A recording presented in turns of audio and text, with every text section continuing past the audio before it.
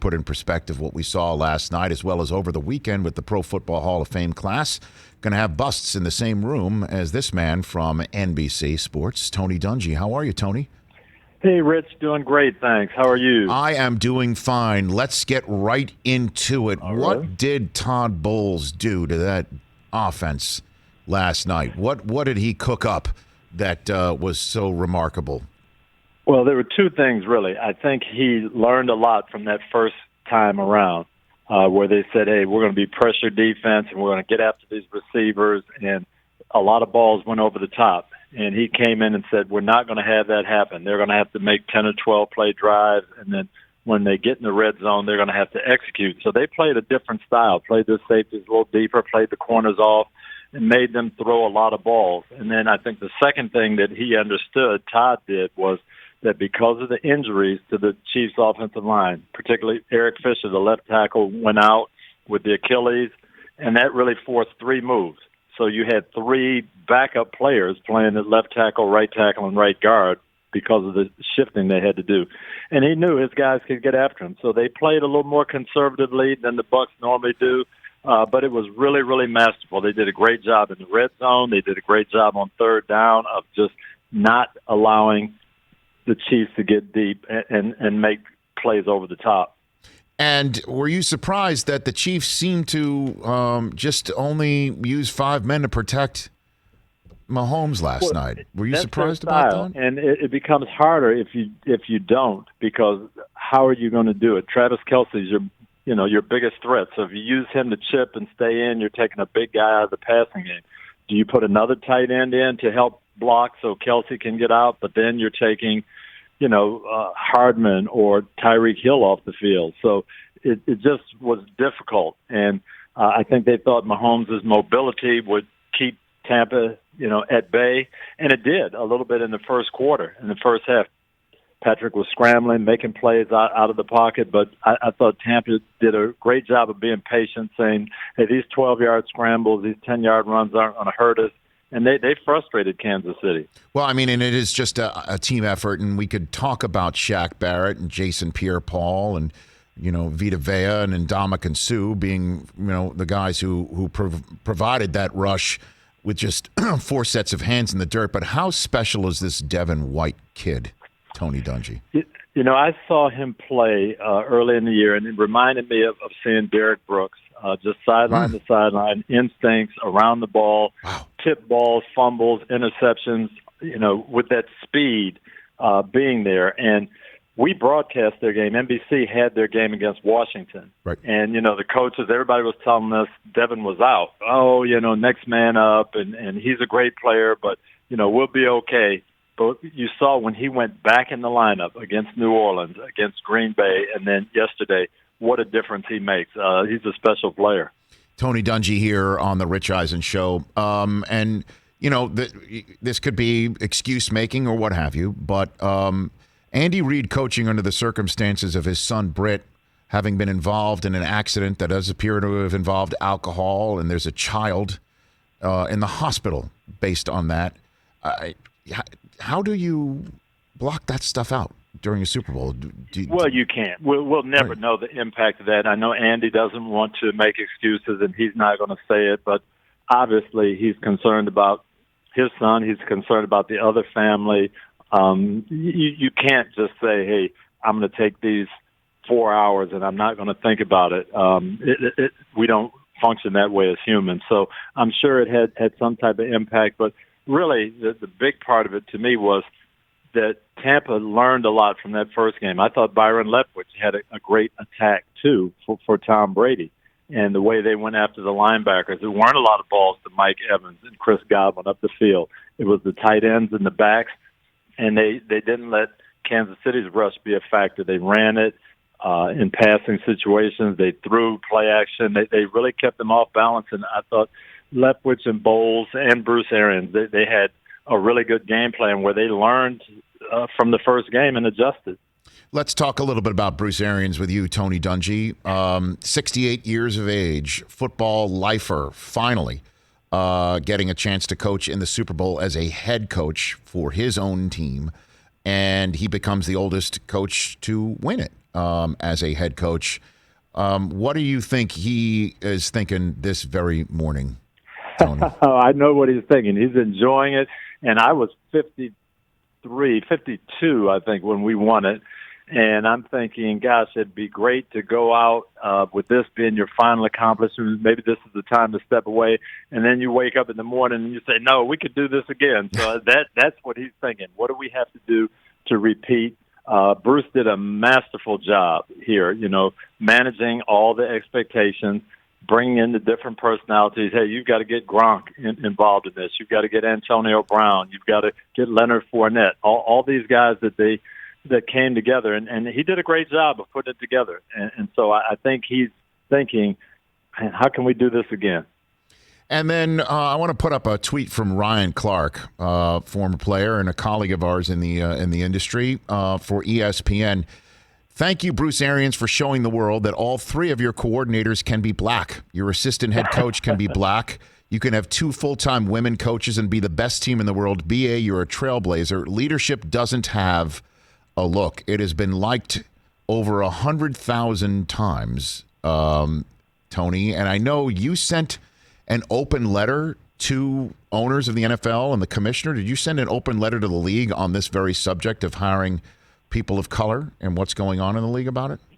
Yeah, I did. Actually, my bosses at NBC wanted me to write something for our website about this, the whole hiring process and some of the things, the shortcomings we had seen. And I really didn't want to do it. And then Jarrett Bell from USA Today, so I talked to him about it, and he said, well, you should just write a letter. What would you say to an owner if you could talk to someone right now?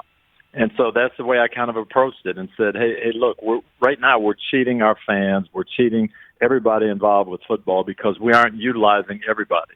Kind of just what Ryan was saying about Bruce and his staff.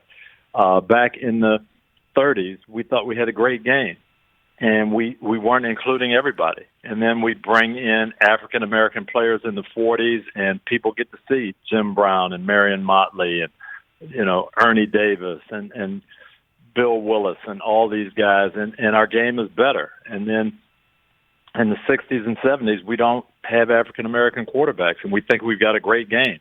And it was a great game. But we didn't get to see Patrick Mahomes and Russell Wilson and Lamar Jackson and Doug Williams and Warren Moon. And finally we do, and it's a better game. And so now you've got a situation where we're not utilizing everybody in terms of our head coaches and general managers and even coordinators. And the game will be better if we do. And that's what I said, and it kind of echoes what Ryan says. We have a great game, but it can be better. So I just want to hit on one particular team for the moment, and in the fact that the only person of color, the Jets did hire a Muslim, the first Muslim head coach in Robert Saleh. The Texans hired David Culley, and I know that you were part of, a committee of people and to advise in a way and of some sort. But David Culley is a first-time head coach, person of color at age 65, and boy, does he have quite a situation on his hands with Deshaun Watson not really wanting to play there anymore. How would you counsel Culley? Have you reached out to him at all on this front? I have not. I've known David a long time, and he'll do a great job there. It is a difficult situation. I met Deshaun Watson when they played.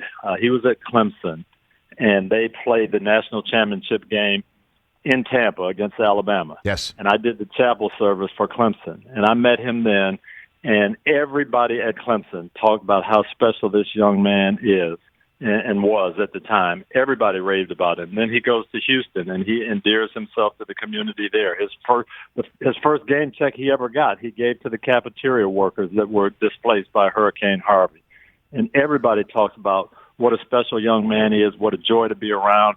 And for him to say he doesn't want to play there, something happened.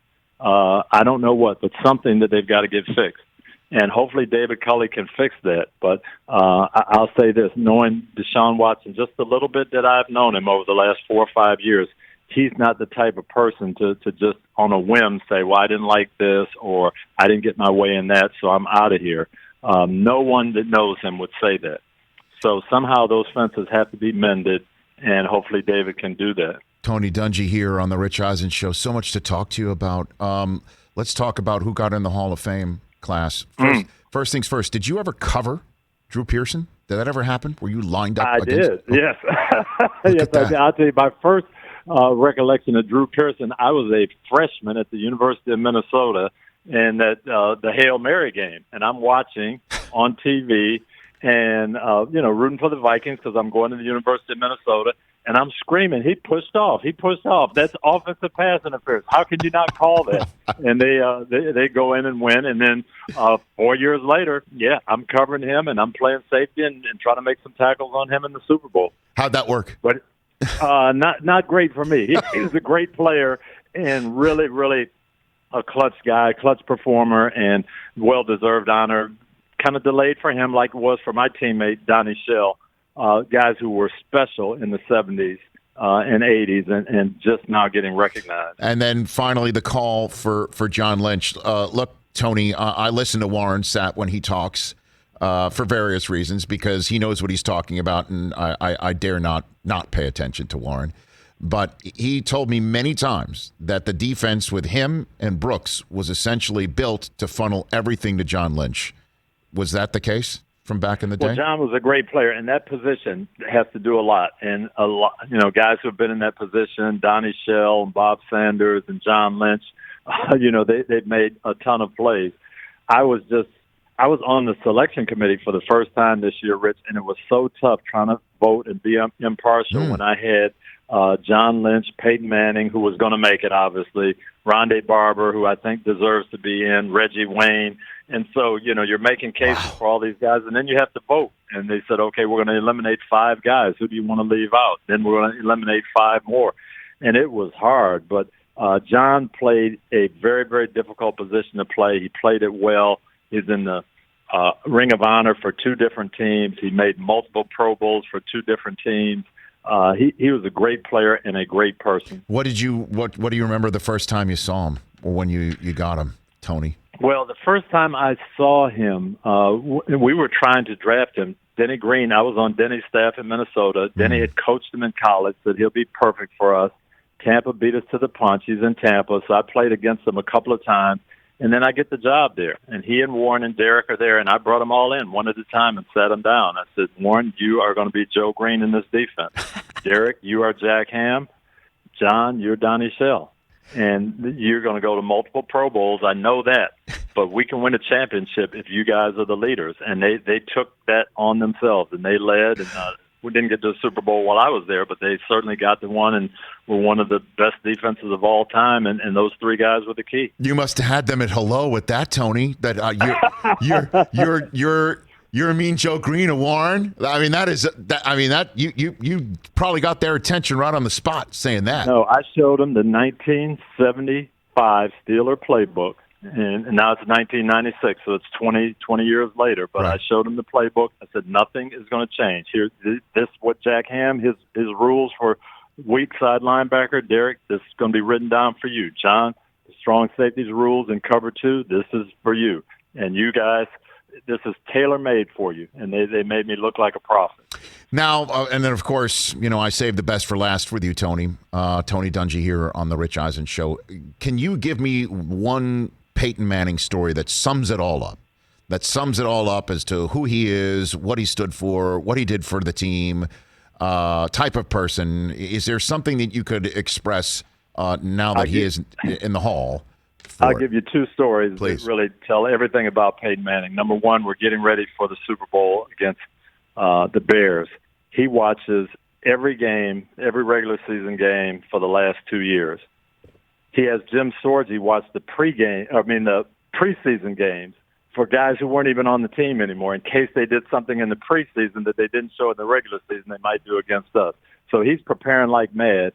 And then we're up in Indy still. We haven't even gone to Miami. And he says, I'm looking at the 14-day forecast, and it says it might rain. We ought to practice with wet balls. I'm like, are you crazy? What are we going to practice with wet balls for 2 weeks before the game? Well, because he's so that way, we practice with wet balls. And don't you know it rained the whole game? But that's his level of preparation. I'm going to watch all the tape, but I'm even going to be watching the weather. So that talks about his preparation, but his desire to help everybody be better. The greatest story I tell about Peyton, my last year coaching was 2008. He's already won a Super Bowl. He's been 3-time MVP. We draft a receiver, Anthony Gonzalez from Ohio State. Ohio State goes to school all the way through June, so Anthony can't be in our off-season program. Peyton, on his own, 2 days a week, after we would get done, he'd get in his car, drive 3 hours to Columbus, Ohio, take the playbook with him, go over the playbook for an hour with Anthony, throw for an hour, and then drive back. 8 hours twice a week to help Anthony Gonzalez learn the playbook. And that's Peyton Manning. He wanted to make his teammates better. He wanted to win. He wanted to prepare. But he's a special person. And obviously, he's known for his audibling, Tony. And but the guy who is known for changing a play or living by the moment in that regard is somebody, as you point out, wants to be as prepared and as scripted as possible. So the fact that you and David Baker and his family was able to surprise him for his for being told that he's going in the Hall of Fame. Can you walk me through that? That had to be like top secret, high level stuff to actually pull that one off. It was so top secret, and it was funny because David Baker talked to his wife, Ashley, and said, what can we do? What would he like? How could we best get this to him? And she said, well, he would love to have all of his coaches, everybody who's kind of played a role in this, be part of it, and him hearing that would be special to him. So the Hall of Fame contacted everybody, started with his high school coach and went all the way through, all the coaches that it had. And I think 5 of us were able to fly to Denver, and the other guys were on video. But we flew to Denver. They told Peyton he was going to be taping one of those Peyton's Places segments in the stadium. And then they had us come out the tunnel. And Philip Fulmer, his college coach, said, we're placing bets in the tunnel. How long is it going to take? And his back was to us, and we settled on the over-under was 3 seconds. But we walked out, and we didn't even David Culley didn't hit the end zone before he turned around. What's going on here? And it was like he had eyes in the back of his head. But he was very surprised. He knew something was up, but he didn't know what it was. And it was a great thrill to have all of his coaches speak to him. His high school coach, I think, is in his 80s, and he spoke over video, and it was fantastic. So I hope you took the under. All the coaches took the under, right? We all took the under. I said he'll know before we even get out there that something is going to happen. So it was great. And then David Baker came out after us with the announcement, and it was really neat. Yeah, just to let you go here, Tony, we talked into Troy earlier on, and he was talking about, Drew Pearson getting in and how David Baker and the president of the Hall of Fame in Canton, and what an incredible job he's doing to make these moments special, which is important these days. You got to get videos and things like that out there. You've got to be viral in this day and age if you can to be relevant. And man, I just love what he's doing, and we're remarking he is the largest man to ever sneak up successfully on somebody in the history of people. He is a big man. He's got a son who was an offensive tackle for USC, for the Falcons. For USC and for the Falcons. And Sam is probably 6'5", 320, and he still looks like a kid next to his dad. David's got to be 400 pounds, and just a heart of gold, though, and a great man. Tony, thanks for the call. Really enjoy our chats always, and there's so much to talk to you about with what's going on in the NFL over this weekend, and obviously the Hall of Fame that you have so many people that you're close to. So I appreciate the time. Thank you. Thank you, Rich. Always a pleasure to be on with you. Thank you. Right back at you. That's Tony Dungy of NBC. Go to NBCSports.com to check out his open letter to the NFL on the subject of minority hiring and people of color hiring in the NFL. Hey, you watched all the way to the end. Thanks for that. Watch more right here.